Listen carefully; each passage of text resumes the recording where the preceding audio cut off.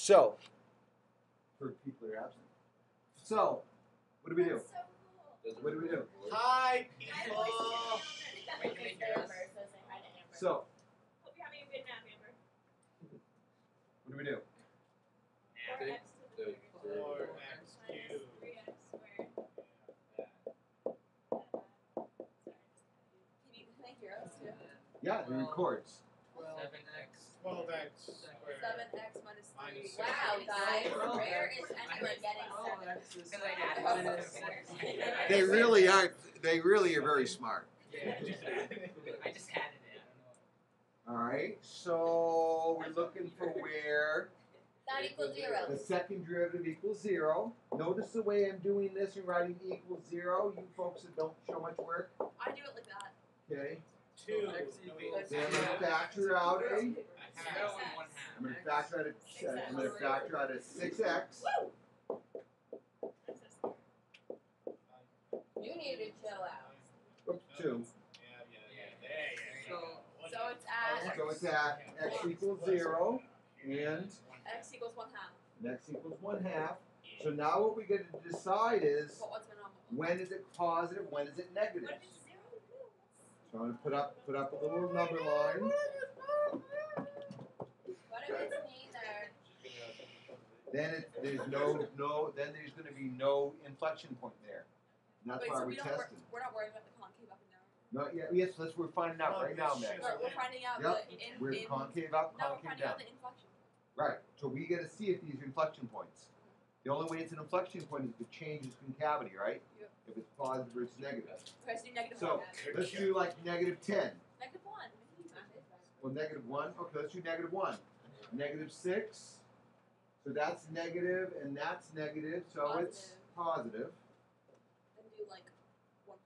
But a quarter. Sure. So positive. Positive. What's a Negative. quarter or 2? Negative. Oh, it's positive, right? Quarter is half. That's going to be negative, right? So it's negative. So the whole thing's So negative. that's an inflection. And then we go really positive.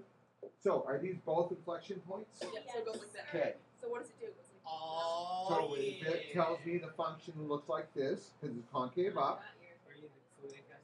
Then it changes to concave down. Then it goes up And again. then it changes to concave up. So the inflection points are where?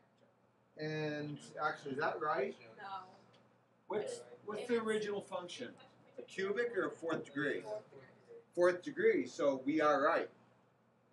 We are right. It's a fourth degree, in which we know fourth degree functions look like that. Okay. So that's answering the question. So are the concave points where it changes? Where it changes from concave up to concave down. How do we find the actual That's points? the second derivative of the That's the second derivative. Remember, second derivative is if the second derivative is positive and happy, it's concave up. If the second derivative is sad and negative, What are you doing? Oh. No, it's a little. Oh my how God. about that? We're really getting cutesy here, huh? No, that's awful. Okay. So that answers that question. Then you go back and talk about max mins like you saw in the video, right? How would you find the max and the minimums? For the first derivative of 0. Equal to 0 when defined, but it's polynomial, so Yeah, I just do it in the quantity. so set that quantity 3 won't work here, will it?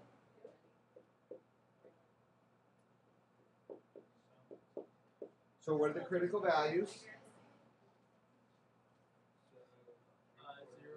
0 and 3/4. So now let's go and look at the first and the second derivative. So what's the sign of the second derivative, Meg, Taylor? What's the sign of the second derivative at x equals 0? There isn't one. It's 0, so this is not a max or a min, it's neither. Okay? Then what's the sign of the second derivative at x equals 3/4? Well, 3/4 over here is positive, so is that a max or a min? See, it opens down, No, it's a opens min. up because it's positive, It's a so minimum. it's a minimum. How do you, I don't get that. Well, okay, graph it on your calculator, Meg. No, I get it by graph, but So what we want to look at is see if it's concave up, right? or concave down, I mean, that's going to be a minimum value. And we know that this is a minimum. This is a turning point, right? So the zero's nothing. The zero doesn't work because there's no. It's an inflection point. It kind of changes. This graph probably looks something like this. Wait, so why is it 0 anything? What was this originally? Fourth power? Yeah. Why is it 0? Gosh, I don't remember what it looked like. Right here, wasn't it this? Okay. So right there, see, that's a nothing. That's not a minimum or a maximum. Oh, and then that little. But then there's a thing dip. is a- That's a minimum, and of course we know it's a minimum, and that's at 3/4, right? And that's at 0. Are we allowed to use a graphic calculator? Not in this part. Some of it you can, some of it you can't. What if we do something with Can you E? see another example? Yeah, let's do something a little more tricky with like E or something. No. Okay, easy. Let's make sure we were right here. Do we have to? We know we were right. Not that.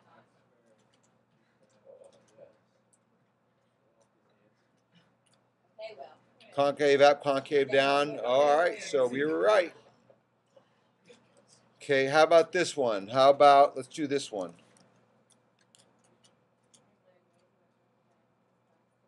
Four.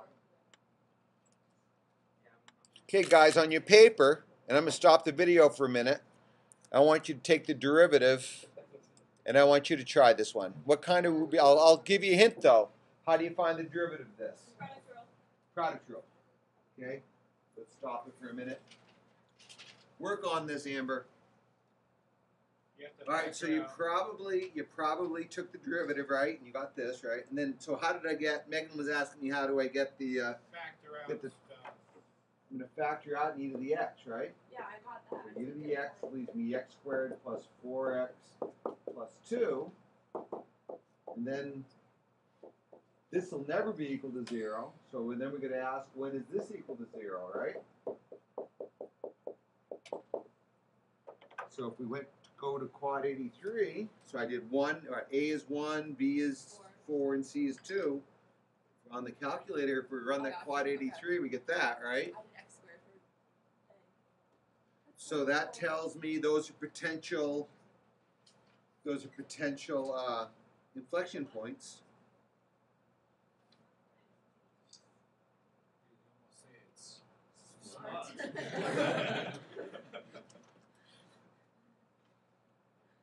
So this is always positive, right?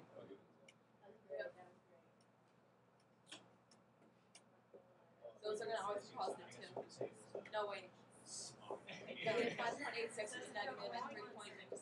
Negative 5.86 will be positive, the other one will be negative. No, because it's squared, so it's also So we know these parabolas look like this, right? Yep. So I know that the y values are going to look like that, right? It's a problem. Because it's a parabola, Yeah, but it's plus 2. huh? So it shifted left and right. But I know these are zeros, right, Emily? So those are zeros. So when it's above this 0 and the parabolas look like this, it'll be positive. When it's in between this number and this number, it's negative. And when it's over here, it's positive. So those look like they're both inflection points. We just found the minimum, right? Yeah, well, we could. I mean, we'd have to go back and take a look. I think for this problem, we don't need to, Meg. But would you do that by going to the first derivative? You would.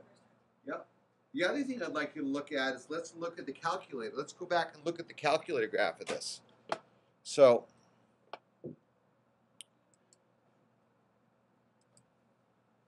what was it? It was x squared e to the x? Did you see that? Yes, you can see this because it records the whole desktop.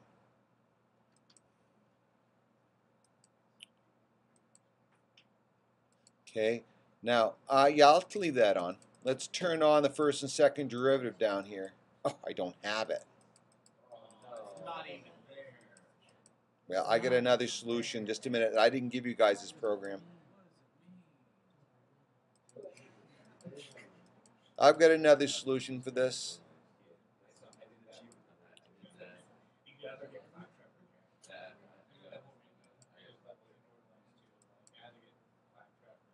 So that's the first function. That's the first derivative.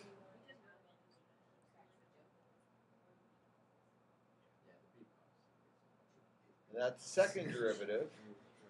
And that really doesn't look like much to me. I want to zoom in.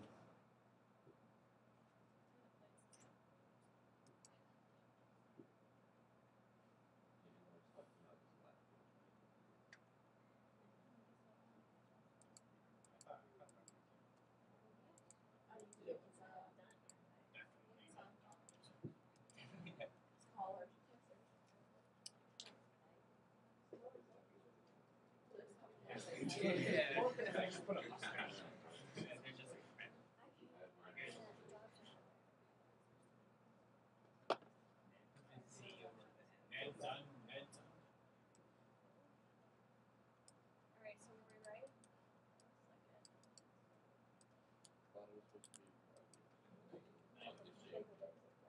No, wasn't it probably we only analyzed the travel part because the other part was always positive, right?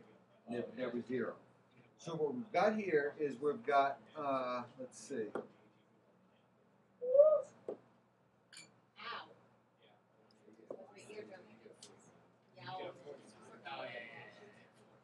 This is the first function. That's the original function, I believe, right? Sure.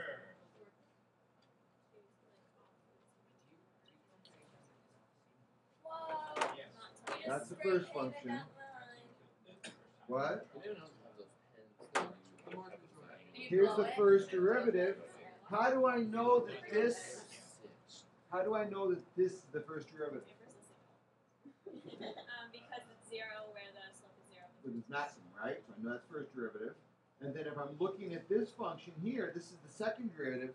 So how do I know? If I couldn't see this, if I couldn't see this part up here, how would I know there would be a maximum? If I knew this was the first derivative, until it hits there. That's where the inflection point is. Because it's zero. because y double prime is less than zero here, right? That's y double prime. So it has to be. Since I know that is less than zero, that means that the whole function is concave down because it's negative, right? Remember? So it has to be maximum. So we know it has to be a maximum. So see how that checks? And then Let's do that. the first derivative is zero here, right? Where is the first? So, and here's the second derivative right here. So that second derivative, is that second derivative positive or is it negative at x equals 0? Negative. No, this. Oh, That's positive. So since that's positive, I know that this is going to be a minimum, and I know the original function is concave down if we look at that red crayon line. Okay. See how that works? Yeah, sure. I can do that later. What I want you to do now, guys, is get some practice with the first part of chat section 4, where they're just having you do, drill and kill kind of stuff, right? 4-3. Thank you, Taylor. Yeah. So start working on that. Come in tomorrow. And we'll make sure I'll sit down and make sure I do all this homework tonight, so that I don't, so I can answer questions. Okay, Amber. So start section 4 or 3. Sorry.